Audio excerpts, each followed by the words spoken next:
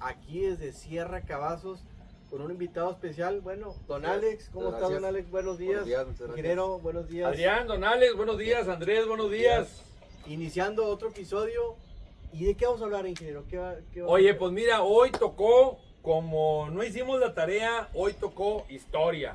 Órale, ¿Qué te parece? Pues nos enorme. encontramos este libro de unas generaciones de los Cavazos de el profesor Moisés Garza. Tiene unos apuntes de las genealogías.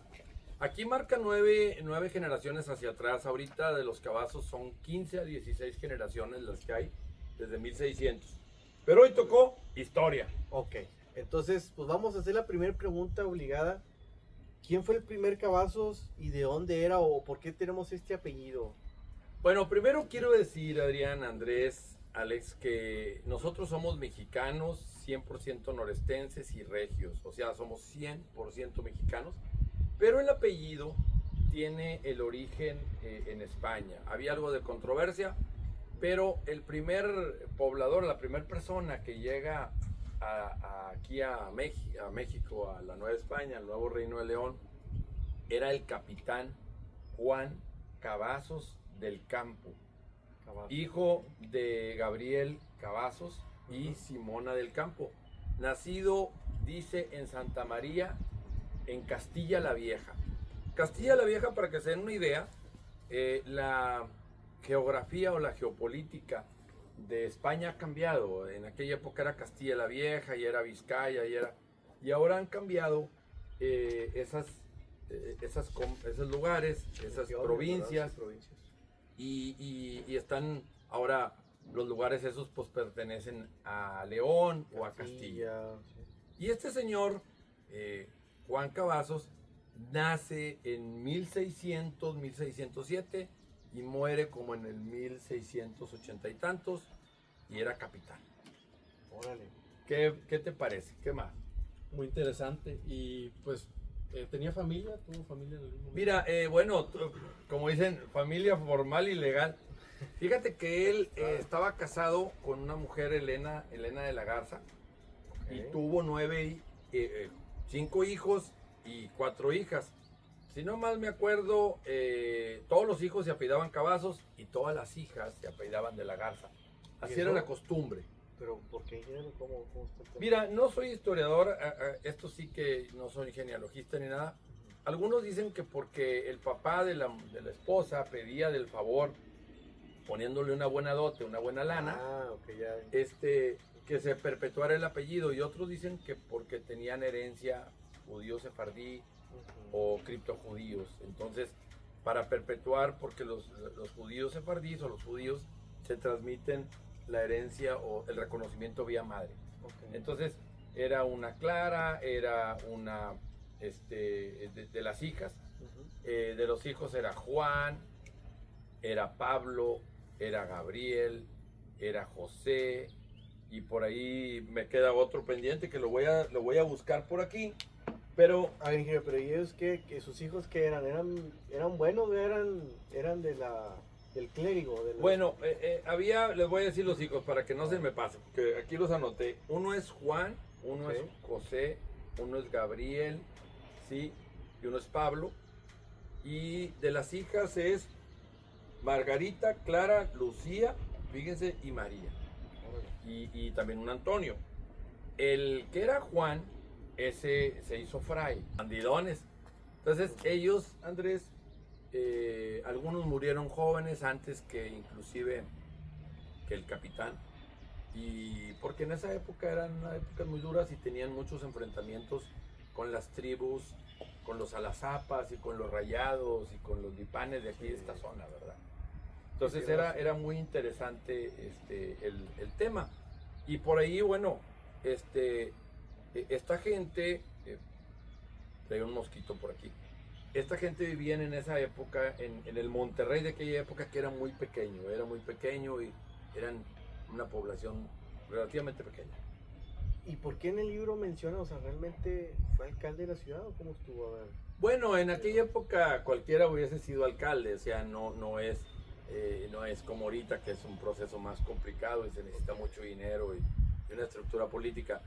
él fue 4 veces alcalde, entre los años 1640 y tantos y 1670 y tantos. De hecho iban y le decían, oiga, pues don Juan, véngase capitán a la ciudad metropolitana de Monterrey para ser alcalde, pues porque debe haber sido algún tejuruchito pequeño, Claro, ¿verdad?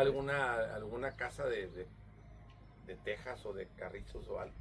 Y lo que mencionabas, ingeniero, del dote, este dote fue dado por Moisés, que fue el papá de su esposa. Bueno, todos en aquella época se tenía que dar una dote, es decir, cuando casan las hijas del capitán Juan Cavazos, les da él una dote, y los papás también le dan una dote a las hijas y los hijos también. Entonces, Y lo más representativo de ese dote, que se menciona una hacienda, se menciona dinero. Ok. Se menciona dinero. Ahí por ahí más adelante vamos a ver un tema del testamento. Ok. Y en el testamento menciona la dote que le debe a una hija, creo que a Lucía. Le dice, bueno, de los 2,000 pesos que le tengo que dar a Lucía, le debo 1,200. Ándale.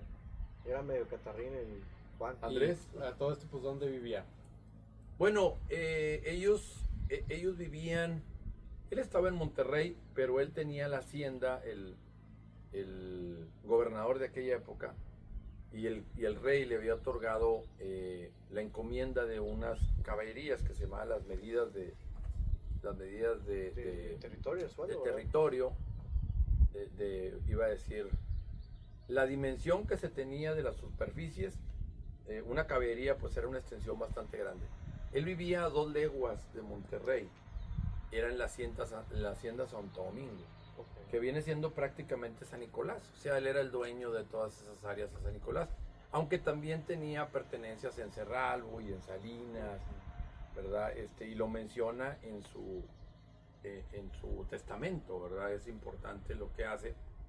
Entonces él estaba en la hacienda de Santo Domingo, ahí vivía, ahí describe sus aposentos, sus casas, su molino que tenía un molino de trigo, que lo movían con agua, probablemente de algún arroyo por ahí, alguna sequía o algo que movían, ¿verdad? De agua. Monterrey, por eso, y su área metropolitana creció debido al agua que había, ¿no? Era conocido por el agua que había en los ríos y ojos de agua. Claro, era muy importante, ¿verdad? Oye, ingeniero, y tengo esta duda, ¿él fue fundador de la ciudad de Monterrey o qué vino a hacer desde España? Bueno, mira, no se sabe exactamente a qué vino él en específico, pero de que fue fundador no, porque él llega 20, 30 años después de la última fundación. La primera fundación fue como en el 1572 por Alberto del Canto, y le puso la Villa de San Luis, algo así. Sí. No, perdón, la Villa de Santa Lucía. Ok. Le puso la Villa de Santa Lucía. Y luego, como en el 1580 y tantos, hay una segunda refundación, que es la de Luis Carvajal y de la Cueva. Ok. Ellos sí se está demostrado, es más, fueron llevados a la hoguera, fueron llevados a la Inquisición en México, todos sus hijos, sus sobrinos, por judaizantes, por criptojudíos, y además que practicaban la fe de Moisés y el Antiguo Testamento. No sé mucho de historia, pero al rato tocamos ese tema de Luis Carvajal el Mozo, que toda esa familia pues fue incinerada en la hoguera. Entonces vino la segunda fundación, la de Luis Carvajal, por ahí por el 80 y tantos, 1586, y luego en el 1596, viene Diego de Montemayor. Y Diego de Montemayor en 1596, por ahí un 20 de septiembre, funda la ciudad metropolitana de Nuestra Señora de Monterrey. ¿Como capital o la capital sigue siendo Cerralbo? No, ya era la capital Monterrey. Porque el tema es que en un determinado momento, estas gentes, llega el capitán Juan Cavazos del Campo, llega 30 años después, llega en 1630 por ahí a la ciudad metropolitana de Monterrey, y es donde se empieza a desarrollar. Ahora,